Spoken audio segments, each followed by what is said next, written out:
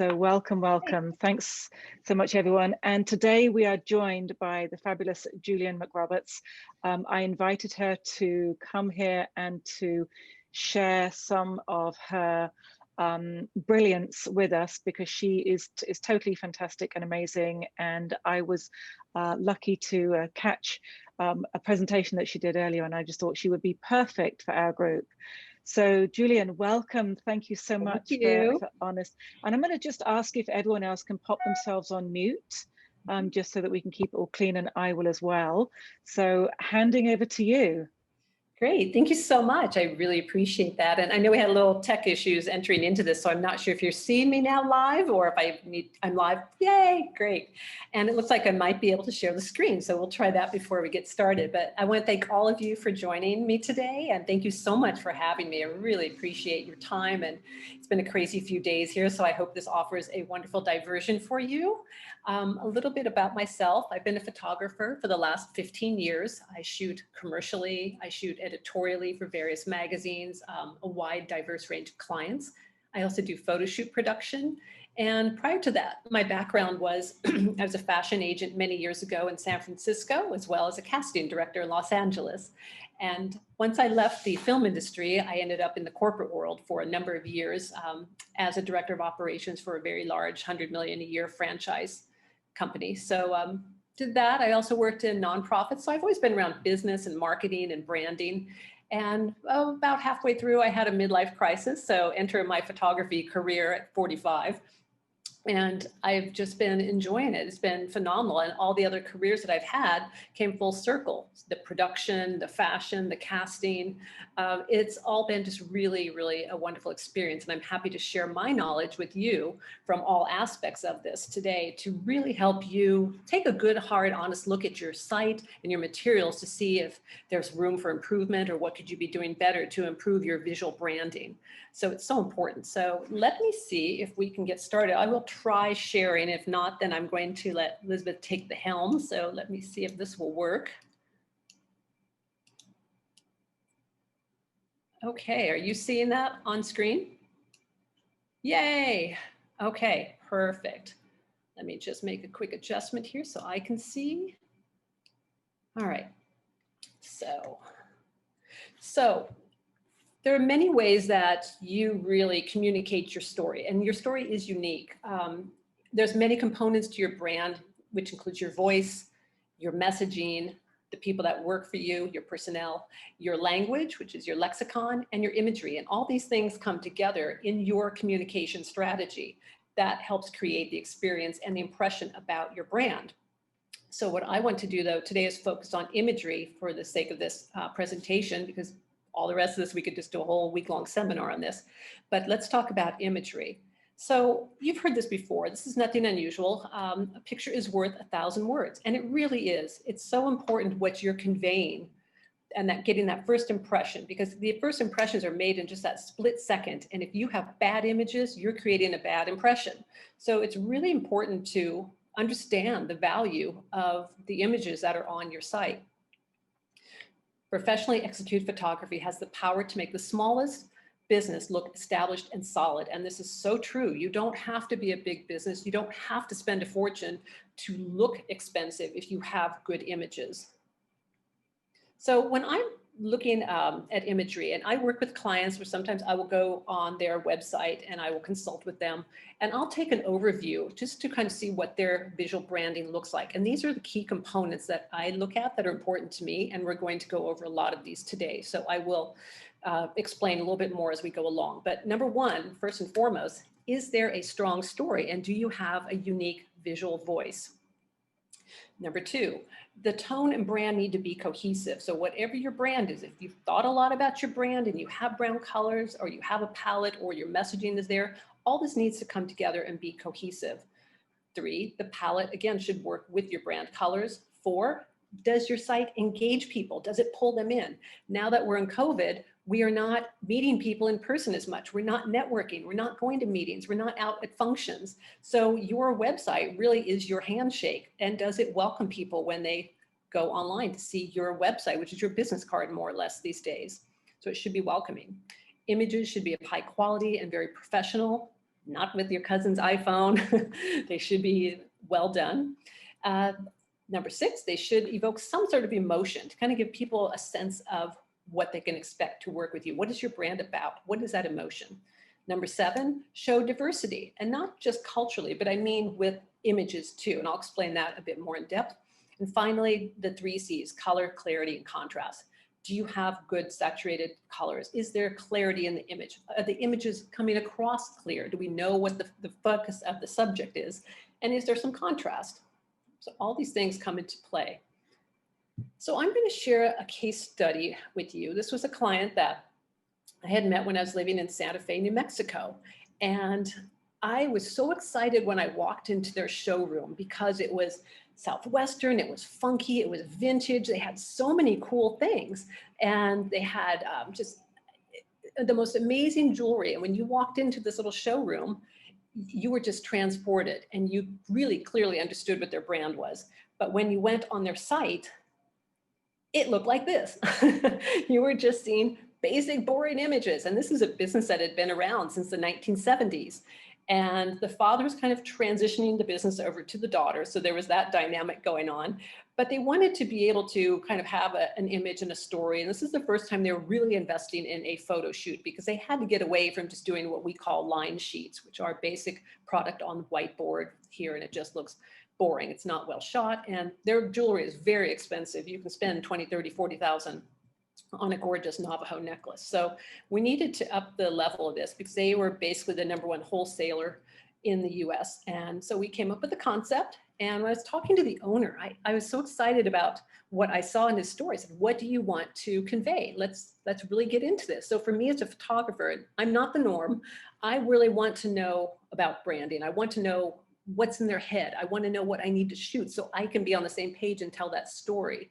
I can't just show up and go click, click, click without really having an understanding of what I'm trying to accomplish for that client. So he mentioned he loved Ralph Lauren and he really wanted to up the level and elevate his brand and have it have that feel of Ralph Lauren. So he was a little nervous with the budget, but in the end, it produced amazing results. We needed to hire a makeup artist. We needed to hire talent. We needed to hire a hair person. Fortunately, we were able to shoot at their beautiful, beautiful, gorgeous, stunning home in Santa Fe. So that took care of the location. So we went from this to this. Boom, instantly you see that vintage serape, that vintage hat. It's a little bit rustic, it's funky. It could be Colorado, it could be Santa Fe, it could be somewhere in the Southwest. We see the beauty of the jewelry. Another shot, just this beautiful mixed race woman. She could be Native, she could be a little Asian, she could be Hispanic. So we bring that cultural diversity in there, but yet it has that kind of elegant chic, kind of that rustic chic Ralph Lauren feel, which he was going for. And we played around also with staging. Again, we don't have just that plain boring white background. We now have some native drums here. We have texture. We have the color palette that's all working together. We played around and we threw some of the imagery on the model's back to do something a little different. So we wanted to keep it unusual and unique. So they use this as one of their signs at one of their wholesale trade shows. And they had compliments after compliments about how this really elevated their brand, and their sales that year, wholesale, had increased 30%. It just instantly elevated the look. You now know who Peyote Bird is. They make a statement.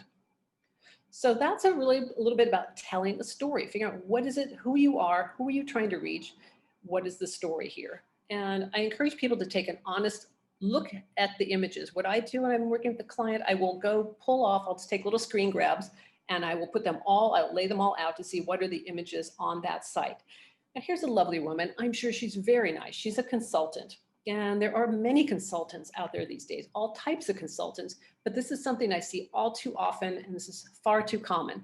You can look at this, and while she looks friendly, we don't really know what she does. We don't know, there's a story there. There's no cohesiveness. There's no cohesiveness with the images. There's only maybe one that's shot okay. First one's very busy. The second one is just, it's okay. Third one, we have her outdoors. It doesn't tell us. There's no story. So really take a look at your images. It's very hard to be objective about your own site. And I understand this. As a photographer, it's hard for me to look at my own website and edit images. I have to hire somebody often to help me because I'm too close to it. But I'm sure you will agree. You'll look at this and you couldn't probably tell me what this woman does. Here's another site. These people look like they're having fun. I like their energy, but we don't quite know what they're doing. And this is a group of teachers, but we don't really know so much about this organization. Again, there's no cohesiveness necessarily with the color palette. The shot in front on the left is just his fist in front of his face. We cut off the woman behind him. And on the left, we see a head. It's just not a good image. Here's a really low quality, low res image. Yes, they're having fun. Again, I love their energy, but this could have been shot in a better manner with better backgrounds. We've got people's heads cut off. It's just not telling us a story. So what I would like for you to do as an exercise is kind of think like an editorial photographer. I'm going to let you get in my head for a minute and show you my process of how I work.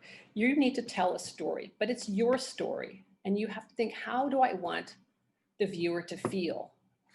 If I'm a client, let's say I have a wellness studio, how do I want my viewers to feel? Do I want them to feel welcome? Do I want them to feel comfortable and enveloped? Do I want them to feel tranquil? Or do I want them to feel that there's a nature component to this? Whatever that is, you have to assess what is it that you want the viewer to feel and what's going to make your story unique and different from other people in your field. So in other words, do your homework and see what your competition is doing on their website and how can you be different. So from an editorial standpoint, when I go shoot for a magazine, there's a beginning, a middle, and an end. We call an establishing shot is usually in the beginning. And I will shoot a ton of stuff just to cover it to make sure I have plenty of elements to cover the story. So I call this one Think Like a Storyteller. This is for Alicia Adams Alpaca. I shot this for Where Women Create. It's a wonderful magazine. It's Where Women Create Business, actually. She's a designer and retailer, and she makes beautiful products from alpaca. So here we see, here's our subject. We know the story is going to be about, oh, this woman and an alpaca, and there's some blankets. How interesting. What is this about? So this is our establishing shot, and we get to see her. She looks friendly, it's quirky. We've got this cute little alpaca. It instantly draws you in. We see that she's out on a farm here. She has more of her alpacas. What is more of her story? Let's find out. Oh, we have a detail. This looks like some beautiful yarn. I'm guessing this must come from the alpaca. So even without the text, you can kind of get a sense of the story. Even if we don't have the words, you're able to visually put this together. Okay, she does something with all this wool, and she's a creator, designer. Here she is working. We're showing her actually in her studio. And one of her products, little detail shots of her pattern and kind of what she does. Ah, she has a studio or a store, it looks like. So we see a beautiful interior shot. We see some details of more of her work. And we're just going to kind of wrap it up with it. We tie it back in with the alpaca. And here's her store, so we finish on that. So if you want to go to see Alicia Adams Alpaca and get one of these beautiful items, here's her store. And again, if you go backwards, we see she has beautiful items you can buy there. Here she is working. Details, and a little bit of where this originates. So you can see how there's a story here. Again, an editor might just completely edit it differently, but for our purposes today, I just wanted to put just a short snippet together. So when you're thinking of your own story, I want you kind of thinking of that process. Who are you? What do you do? What are the interesting things about what you do? And just really telling that story with that beginning, the middle, and the end. So let's look at a few building blocks. We talked earlier when I was giving you my list of having a cohesive palette. And as you can see by this screen grab that I pulled from a website, there is a beautiful palette here. It's clean. This designer has a very clean look. It's very minimal. It's bold. It's contemporary. But there's a cohesiveness, even though all the elements are different, from vases to tables to a little tchotchke on the right side. It's, it's a very clean, cohesive look. I'm going to share with you a master designer. Amy Butler has Blossom magazine, and she is amazing at putting patterns and colors together. I have shot for her, and she's also done a piece covering me about my photography, and she's an amazing woman. It's a stunningly beautiful magazine. You can just even go online and look up Amy Butler or Blossom Magazine, and you can just review for inspiration. The magazine issues, I believe, are free. But just here's a few things from her site. When I talk about that cohesiveness, 3 completely different shots. On the left, the subject is these leggings and these little balls of yarn. Middle shot is outdoors somewhere, probably out in the grass. And on the right, we have all these poofs, 3 completely different shots, but there's a cohesiveness to it in the palette and the softness of the shots. You can just see that they all work harmoniously together, even though they're 3 different images. Next one. Again, she's just this genius with putting colors together and patterns and making it work. From the fruit on the left to the beautiful plates on the right, the pattern on pattern still works. Even though it's busy, it still works, and all 3 of those come together harmoniously, right? With the fun little bohemian girl in the middle. It all works. Even though it's busier, it still works together. You can tell Amy Butler's design just a mile away, just even from these 3 shots. I'm sure you're all getting a sense of her style. Again, we have this cohesiveness with the color, the softness, the pattern, 3 different shots, 3 different things, but they work. Now here's something I pulled from a museum. I thought this was fun. What I liked about it, and depending how fancy you want to get with your website, this was interactive. The little screen on the bottom left, you could move up the bottom half of this painting so the woman could see above it how she is going to look as this piece of art. So it was fun, it was quirky, it was interactive. But what works for this particular site is it's bold, it's clean. So whatever your look is and whatever your color palette is, so be it a bold, strong photo or something soft. So you really need to kind of figure out what is your look that you're going for. Another building block is stock images. When we saw the slide earlier of the woman, let's just call her Sally, we had 4 different shots of Sally. We don't have to see Sally in every single shot. Sally meeting a client, Sally at a table, Sally shaking hands. We might want to create some diversity with concepts. We call it conceptual art. So if you have something that's maybe about new ideas or bright ideas or new way of thinking, like the top left corner shot could be one way to convey that, just to add some interest. Or maybe we have team building, the shot on the right side. It doesn't always have to be keynote speaker, or we have a consultant shaking hands with team members across the table. Everybody does that.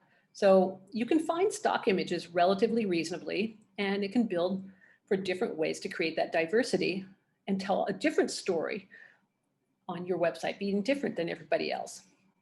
Return on investment, whatever your concept is, whatever your adjective you're trying to convey, you can do that through stock. So another thing that's super important when you're about to do a photo shoot, just planning and communication is everything. It's so important. The more you can plan up front, even though it's tedious and it's time consuming, the better results you're going to have for a photo shoot in the end, because you want to get any little bugaboos out of the way. So this is a client that I shot for in Mesa, Arizona, and the community didn't even exist. So it was basically a dirt field at this point. It just had been plowed over. So we had to create this concept of what this community was going to look like. So I had to cast it, cast the dogs, cast the talent. We had a whole system here of all the communication that they had given me. This is what they showed me on the front end. They said, we want the ad to look like this, even though this does not exist.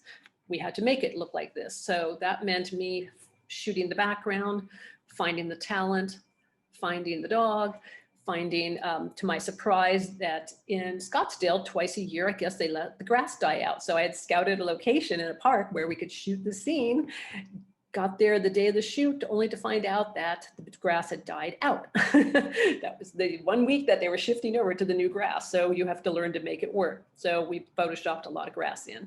So they were very, very clear in what they wanted. So this is very helpful to me as a photographer. I know how to make the client happy because this is what they're looking for. And this is basically what they got. They approved the model, the wardrobe, everything.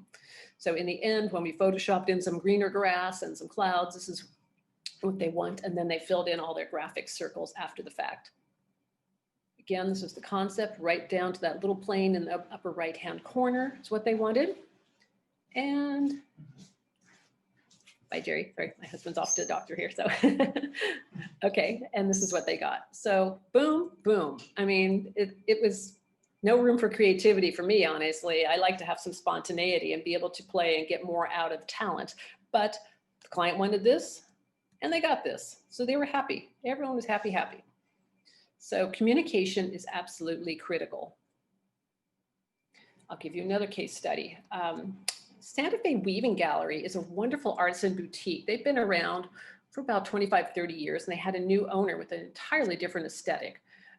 Those of you that are New Yorkers, you'll know Iris Apfel. She even shops there. So they have very interesting, one-of-a-kind pieces made from master weavers from all around the globe. And they have beautiful, beautiful clothing. But this is what it looked like on their website. Awful, terrible shot. It's a bad photo all around. You can't see anything about the jacket, doesn't tell you anything about the store. There's just no production value to this whatsoever. So the new owner wanted to bring in some of her aesthetic. She had a cleaner aesthetic, a little bit of an Asian aesthetic, very clean. However, she did not want to alienate a lot of her clientele, which were a lot of Texans. She didn't want to upset a lot of her local people that had come to know the store over the years. So it was a slower transition. However, we ended up doing a shoot that looked like this. This was all done locally, fairly low budget. But when you look at this now, you go, oh, that's interesting. That's bold. Yeah, I'm a woman that wants to make a statement. I want to go to this store. This looks cool. It's artistic. It's fun. It's artware. It looks like an interesting place to shop. Again, it's cleaner. It focuses on the product. Again, we have a little bit of this Japanese element to it, that little branch on the side, just the clean background versus that. That has no story, no identity. This, if you like this type of clothing, you're probably going to want to walk into the store.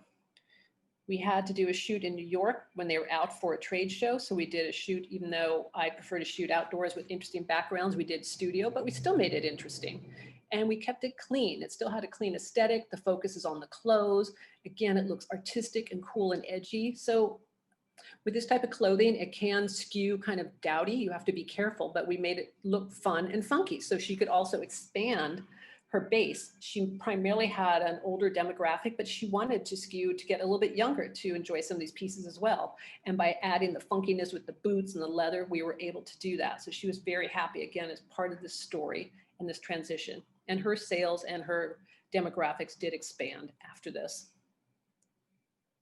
So, yeah, high-res images. Images should be tack sharp. This is my personal bugaboo.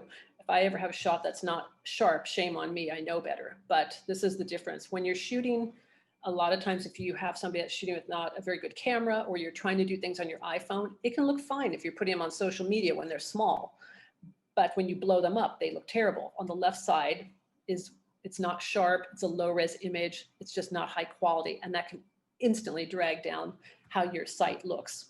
One of my friends, I'm a board member, advisory board member that is with International Land Sensitive Art Foundation. And dear Eileen, one of the things I wanted to do with her is help them elevate their brand as well. And they had some terrible JPEGs on there that were just super low res. So instantly we pulled them off. And once we cleaned it up, just the site already looks so much better. So if you have anything that's shots like that on the left, you want to get rid of them. Just doesn't look professional. This I found, I'll show you more about what I mean, tack sharp. This is just not a good shot for a number of reasons. She's in the center, her elbow and her arm is distracting, but this is what's not good. You can see how her eyes are soft. If you have a shot of a person, or if it's a shot of you, or if you have product, let's say you do sell jewelry, the eyes should always be sharp. And we see that this photographer had the focal point in the wrong area. The focal point when he was shooting or she was shooting should have been on the eyes. The sharpness is coming down by the collar, as you can see in her chin and the necklace. That's not where your eyes should be going. It should be going to her eyes. And if we're doing a product shoot with the jewelry, then the whole thing should be much sharper. So here you can see a better version of that the photographer did. And the eyes are sharp as opposed to soft. They need to be tack sharp. Good photographers, good cameras, good equipment should always have your images looking like this, sharp. So another building block, styling. Styling matters. Whether you're staging a home because you're a realtor and you need to shoot that, or you have a restaurant, or you have jewelry, how you style it makes a difference. The bars on the left don't look so appealing as opposed to the ones on the right. Same thing here. The background on the left says nothing. The background on the right is more enticing, and it's nothing different. It's a simple black background with a few little chocolate chips on the bottom. No big, it's not rocket science, but it basically makes a big difference. So some of you might be thinking, I don't have any products. I am the product. I have a service, or I am a consultant. So you are the product in that case. So this is a client of mine. Some of you may know if you're in New York, Tanya Sterl. She's a friend and a client. And what I love about this shot of Tanya, you can see that sense of joy on her face. She's happy, happy, happy, loves her shoes. And you can just feel that. I mean, I can relate. I love shoes too. So she uses this shot quite a bit. It evokes an emotion, and you can feel her joy, and she loves what she does as a stylist. There's a couple of other clients, two very different women. Rather than just being on that plain white, boring background or gray background for a headshot for your portrait, have the background be part of your story. Again, it's back to telling that story. So Amelia on the left is a high-powered executive, and she did not want to have her typical corporate gray background that they mandated at her company. She said, nope, I want to do something different. So I found just this very clean, sleek background over the Hadid building. And she just has a very simple, clean, elegant look. And it looks powerful, but simple, and she looks confident. Kim on the right has Harlem Hops, and Kim is very, very much into supporting Black women in business, or African-American women in business. And she's just a powerful woman. She's a speaker as well. And you just get the sense of this strong woman. And I love the background because we're telling that story as she's doing a lot of stuff with Black Lives Matter. We have that subtext in the background, and just her whole look. It really tells a story just in this one shot. You kind of know who she is, and you kind of get a sense of who Amelia is, and you get a sense of who Tanya is. So even if you don't have a lot of photos or a lot of things that you can put into your story at this time, at least your portrait can tell a story about who you are, what you stand for. So by now your head might be spinning. And some of you, if you're thinking, oh my God, I have so much to do. I need to put my whole website, I need to redo it. It's daunting for a lot of people. And I understand that. I've been in that position, but I realized my whole life I've produced from fashion shows to events when I was in corporate, to big conventions, to you name it, to small television stuff when I was in New Mexico. I've just always just naturally been intuitive with this. So I do that with my photo shoots. And it helps my clients. I'd say probably about 50% of my jobs that I do are, I love my smaller women clients. They're not startups, they're not super established. They're just that sweet spot in the middle where they need help and they're growing and they have a nice budget, but they don't know what to do. And it's daunting and it's scary because they don't know how to put all this together, and it's stressful. So my job, and a job doesn't necessarily have to be me, but the job of a producer is someone to take that stress away from you so you can show up and enjoy the shoot. So a producer basically works with you and your marketing team, if you have one. They basically want to execute, they're going to give you an idea of what you're going to shoot, and the producer executes that. In some cases, for me, because I have more of a business background and some branding, I will work with my smaller clients to kind of get them to that point. I will pull it out of them to get to understand what we're trying to accomplish. Other clients, they have a marketing team and they will tell me exactly what they want. I, as a producer, procure all the crew that's needed. I try to find the best budget, the best talent for that budget. So it could be hair, could be makeup, could be stylist, could be a set designer, could be a lighting crew, could be a photographer. I don't always shoot everything I produce. I need to make sure that my clients have the right photographer, and that's not always me. So I can produce from wherever I'm at in the world. I'm coming to you from Cabo San Lucas right now, actually. And for me, it's about just having my good quality team out there. So producer takes care of all that. They will also either scout themselves, or they will hire a scout to find the locations that go with your story that you're trying to tell. Could be in a studio, could be in a park, it could be in a building. They handle all the locations. They'll scout it, they'll check for lighting. They'll see if you need a permit. If you do, they will deal with permitting. They'll deal with the insurance, certificates of insurance, all of that. The producer handles all the logistics, all the scheduling, all the talent, the crew, everything. They make sure it all works. It's a production. And now we have to enter in COVID compliance. So that's yet another layer that gets added into shoot. So they ensure that all runs smoothly. If any bugs come up, if there's a problem or a talent gets sick, or we have a weather change, the producer takes care of that. They take care of the budget, and often they take care of the payments as well. Plus they take care of the talent releases and the location releases. So this is a lot of stuff. And if you're someone that likes to do all this stuff and just wants to be in the thick of things, great. Some people like that. Other people just look at this and freak out and go, I don't want to do any of this. I just want to show up. So that's where some people want a photo producer. I'm going to give you a sample production. I just wrapped this up last week. It's a California winery. I was due to shoot this in March, but then COVID hit, it got canceled. They called me back and said, now we want to reshoot, but I was not going to go back to New York for this because it was only half a day shoot, but I produced it for them. So here's a little sample of what kind of process is. This is what the client provided for me. They wanted to accomplish something that looked like this. So we're shooting it in a studio, just on white background, because the artist is going to render in these whimsical little pencil backgrounds. So they wanted to be able to drop in whatever they wanted for a background. But this was a real specific shoot. The bodies had to be at certain locations, so did the prop, the wine, everything. So they handed me what's called a style guide. You can create your own style guide once you start developing your story. And that starts with thumbnail sketches. They don't have to be fancy and pretty like these, but they can just be basic stick figures. If you know what you want your shots to look like, it helps to do a storyboard. I do this myself if I happen to be shooting sometimes and I have a concept in my head, things that I would like to do, I will often storyboard it myself.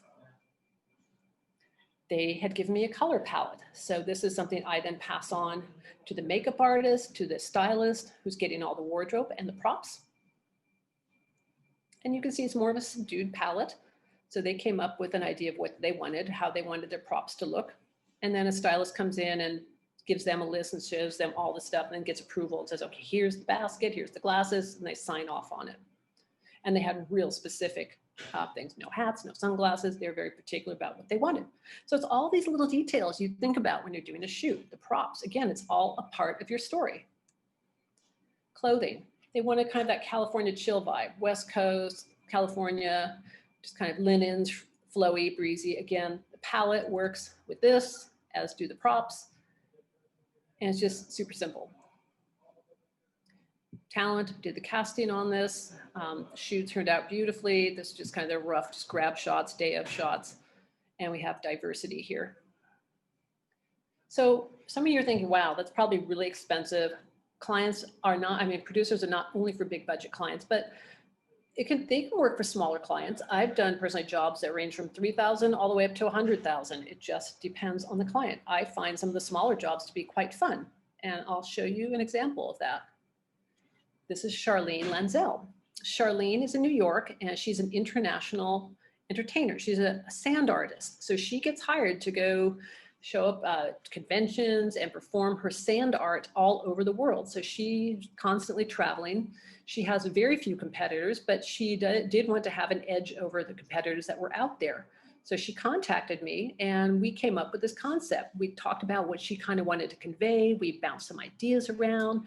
She had the idea of doing this beautiful gown. I said, well, let's just make it kind of whimsical and magical. And so I scouted the location and I thought of the perfect spot for her. And this happens to be in Central Park.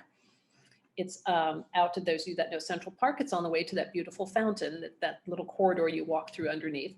So it could be anywhere. It could be Europe. It could just be a number of places. So we hired a makeup artist and a stylist that helped her with this dress. So it was just the three of us, the stylist, the makeup artist, and Charlene and I, and we shot this. And I love the idea of having the sand because she works with sand. So we just had it flowing through her fingers. This is with some Photoshop because it did not fall that perfectly. But this was an example of a very small job of someone who wanted a well-produced shot. And we have a few others that we got out of this she was able to use as well. So it's possible. You don't have to be a big corporation or a big fashion design firm or jewelry firm or law firm. You can produce a shoot just even for one-offs. So as we're starting to wind down a little bit here, I just want to talk a little bit about photographers and licensing. Unfortunately, I see this happen quite often where I will get clients coming to me distressed because they were very unhappy with the photographer they'd hired. The photographer didn't get them, or they didn't like the images they got, or they basically, most of the time I found that they hired the wrong photographer. They are not a one size fits all. There's conceptual photographers. You have architectural, wedding, babies, medical photographers, sports photographers, you name it. It just goes on and on and on. So this happened to actually a very dear friend, client of mine. She had been working on, she's a high-end designer. She'd been working on a home in Colorado for a year. We were due to shoot this. And I hadn't heard from her after a little while. We were kind of waiting for spring to come so we could shoot outdoors. Didn't hear from her. Well, a few months pass and I get a phone call with her in tears. And she's like, I'm so sorry. I'm so sorry. I made a terrible mistake. I hired my best friend's son. So her best friend had kind of roped her into using her college son who was taking photo classes in school. And she basically had him shoot this property and the photos were horrible. I said, well, send them to me, Let me see if I can do anything to maybe clean them up, see if there's anything that's usable. And there just wasn't, and it was terrible. And she was so upset. And I said, did you not look at his portfolio? And she said, I did. He did beautiful portraits. Portrait photographer is not an interior photographer, so it's not a one size fits all. And so hopefully we will be reshooting this sometime soon once we're kind of more out of COVID here next spring, hopefully. But so it's really important you find the right photographer for your industry. Also, their experience level. Someone can tell you, oh, I've shot for 20 years. Yeah, maybe they shoot one job a year. You really want to look and see and understand what their photography level is, and hire the best that you can afford at that level. If it means putting it off for a little bit and saving up to get a better photographer, I suggest waiting, because the most expensive mistake you'll make is trying to scrimp on a photographer and going low budget, and then you'll end up hating the shots a lot of times and having to reshoot, which ends up being more expensive. So better to wait, hire the right photographer, do it when you can, and get the right person that you get along with, that understands your brand and that you connect with. Get references. Are they asking you the right questions? Do they want to know about your brand? Are they asking you how you want it shot? You don't want somebody to just show up on the day of the shoot with the camera and just go click, click, click. You want to have that rapport with them and understand that they know what you want. So back to your storyboarding, back to explaining your color palette, all of those things we've talked about. Or if you have a producer, they'll deal with all this for you. So IP and releases. I find that this happens all too often where the person who's paying the photographer thinks they own the photos. That's not the case most of the time. This is something you need to discuss with your photographer. The photographer owns the IP rights to those images. They are basically licensing them to you. You do not own them, meaning, and I've had this happen to me even with one of my clients. She, after 5 years, she kind of assumed she owned all the photos. And one day I opened a magazine and there's my shots in there. So, you know, luckily we were good friends, it all worked out, but technically they're my images. And if somebody, a third party, wants to use those, for example, in this case, that magazine, they would have needed to come to me to get my permission to use them. They either would have paid for the usage of those, or if it was something I wanted to do because it was my client and I wanted to have the exposure for her and myself, then I would perhaps let them do that.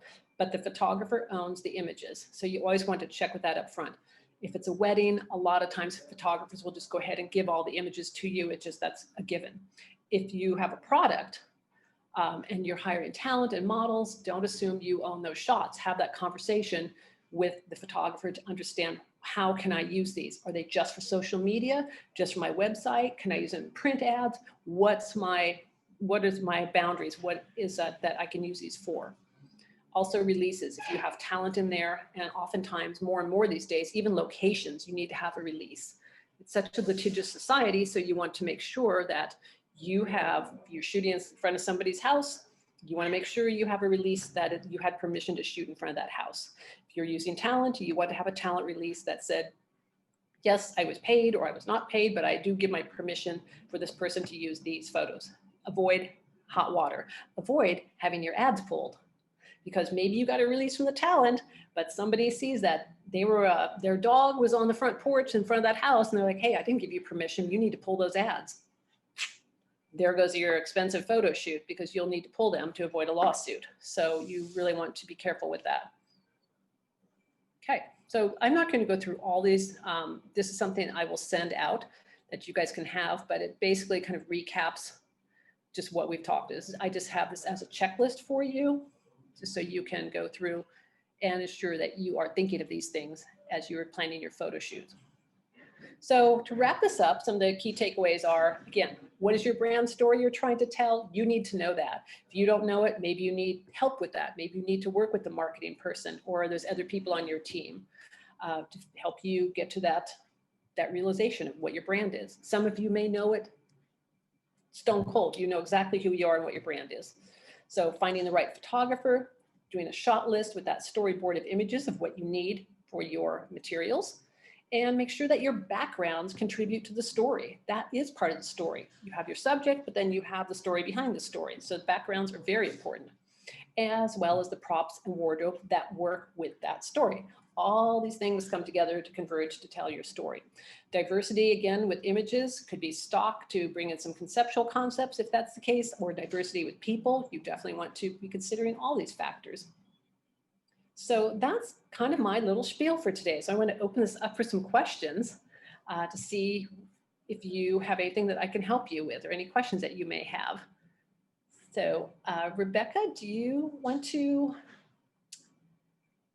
unmute everybody? And what would you like me to do with the screen? Should I just? I think if you stop sharing the screen so that we can all see each other, that's probably easiest. I will stop share. There we go. Perfect. Okay, and Elizabeth, I'm going to hand over to you to host the question and answer session. Thank you, Rebecca.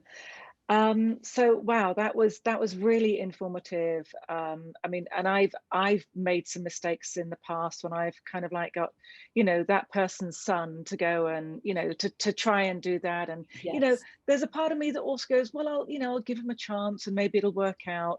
And you know, you know, maybe at that point you're budgeting a little bit, you know, not in a good way, and it you know, it ended up as a complete and utter disaster. So you're not alone. Yeah, exactly. So I know the importance of really having good product photography. So I wanted to thank you for really, you know, sharing that with us. A lot of great information. Does anyone have any specific questions that they would like to ask Julien while she's here? Something that's going on with their website? Oh, everybody's muted. Yeah, that's okay. They can unmute themselves. Okay, they can unmute. Sorry. Yeah, that's okay. Sometimes you're used to a different platform on my webinar. Sorry about that. Not a problem. Okay. Not a problem. So does anybody have any questions? Does anyone have any photo shoots that they're thinking about? Suzanne, Everybody's sites are perfect. Everybody's sites are up and running well and doing well for them. So I have a question. Hi. And thank you for your presentation. My pleasure. As far as permission, do you, does your customer have to come with the legal document to get permission, or do you have a standard document that can be signed? Yes, as a photographer, I always come with releases. I have property releases, I have model releases.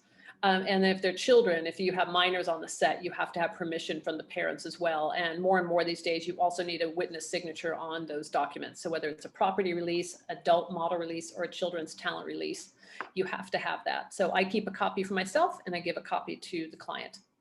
Okay, and then as far as the artist release, so if someone wants to own their own, you know, wants to own the creative piece of it, yes. How do you handle that? Do you charge more for it, or do that? Yes, don't know to ask for that. It depends. I mean, it really depends on the photographer, and it depends.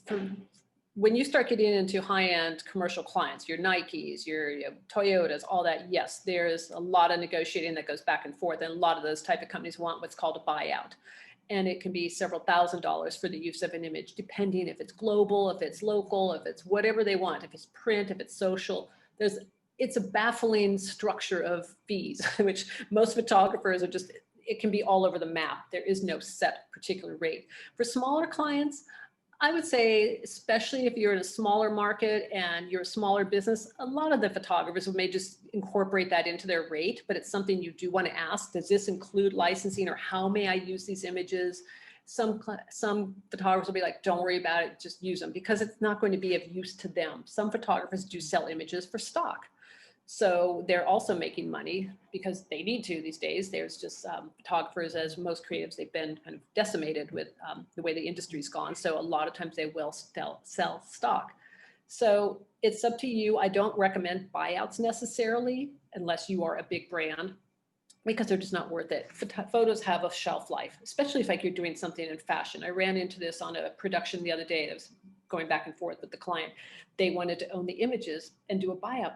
Why would you want to do a buyout or at least a 5-year license for a spring fashion that's going to be outdated by next spring? So I try to help the clients too, to understand that you're spending money you don't need to. Maybe let's just do a year buyout on 5 images. You can always come back and buy more. You don't need to buy every single photo that the photographer is shooting. That's a big waste of money. So it really gets down to budgeting and kind of like the size of your business and your marketing budget. I hope that answered your question. Thanks, great. And I think, Debbie, did you have a question? I did. And I don't know if it's something that can really answer Julian or not, but I have a small gifting business and my products change rapidly. Yes. So there isn't any one true image that I can use for really any length of time. Right. So I take my own pictures and then I have the flexibility if one of my makers that make things for my gift boxes are small batch, so they come and go. Right. So consequently, I might, and I've experienced this getting ready for the holidays.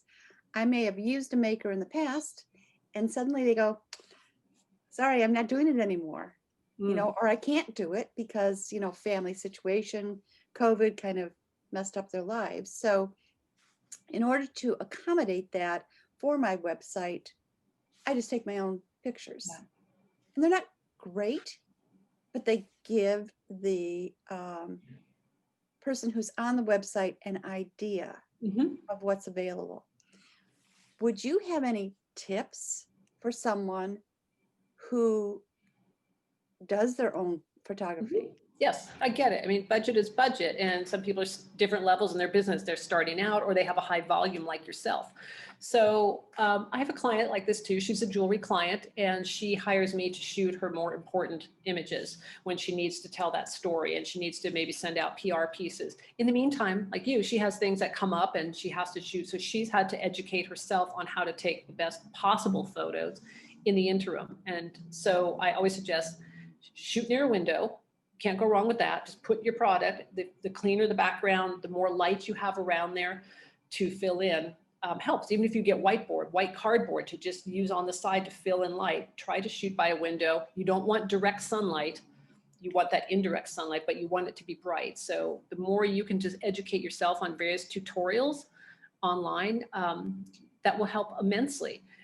Santa Fe Weaving Gallery was another client. It's a perfect example of that. They got in stuff from artisans all the time.